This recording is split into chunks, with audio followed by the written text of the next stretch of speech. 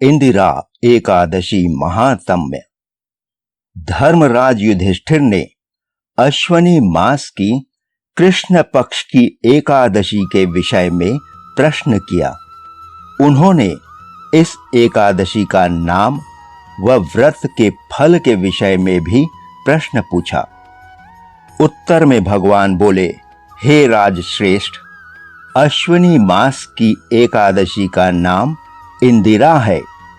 इस पाप नाशनी एकादशी से नरक में पड़े हुए पितरों का उद्धार हो जाता है।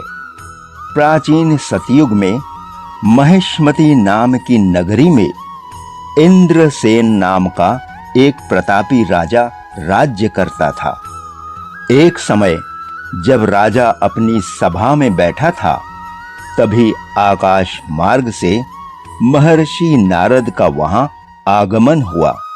महर्षि नारद बोले, हे राजन, आपके राज्य की कुशलता व आपकी धर्म परायणता देखकर मैं अति प्रसन्न हूं।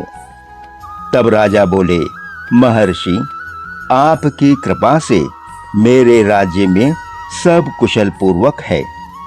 इस पर नारद जी ने कहा, हे राजन, मुझे महान आश्चर्य हो रहा है कि एक समय जब मैं ब्रह्मलोक से यमलोक में गया था, तो वहां मैंने तुम्हारे पिताजी को बैठे देखा। तुम्हारे पिताजी महान ज्ञानी, दानी व धर्मात्मा थे, परंतु एकादशी का व्रत बिगड़ जाने की वजह से उन्हें यमलोक में जाना पड़ा। तुम्हारे पिताजी ने तुम्हारे लिए एक समाचार भेजा है। उन्होंने कहा है कि यदि मेरा पुत्र इंद्रसेन अश्वनी मास की इंदिरा एकादशी का व्रत करे, वह व्रत का फल मुझे दे दे, तो मेरी मुक्ति हो जाए और इस लोक को छोड़कर स्वर्ग लोक को जाऊं। नारद जी के वाक्यों को सुनकर राजा बड़ा दुखी हुआ। वह इंदिरा एकादशी की विधि पूछने लगा। इस पर नारद जी बोले, हे राजन, अश्वनी मास की कृष्ण पक्ष की दशमी के दिन प्रातः काल श्रद्धा पूर्वक स्नान करना चाहिए। वह दोपहर को भी स्नान करें।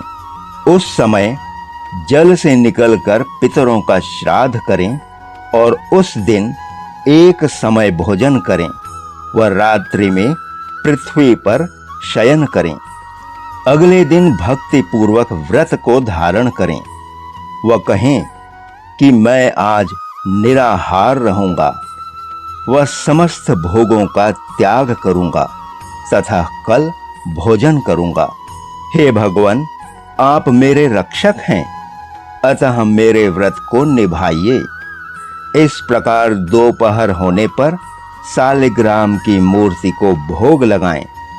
भोजन से कुछ हिस्सा गौ को दें। वह भगवान विष्णु की धूप, दीप, नैवेद्य आदि से पूजा करें। इसके उपरांत द्वादशी के दिन मौन रहकर बंधु बांधवों सहित भोजन करें। हे राजन, यदि इस विधि से एकादशी का व्रत करोगे तो तुम्हारे पिताजी अवश्य स्वर्ग को जाएंगे। ये सब समझाकर नारद जी अंतर्ध्यान हो गए। राजा ने पूरी विधि के साथ अपने बंधु बांधवों सहित इंदिरा एकादशी का व्रत किया। वह राजा के पिता गरुड़ वाहन पर सवार हो स्वर्ग लोक को गए। श्री कृष्ण भगवान कहने लगे, हे राजन, पितरों की सद्गति के लिए यह व्रत अवश्य करना चाहिए।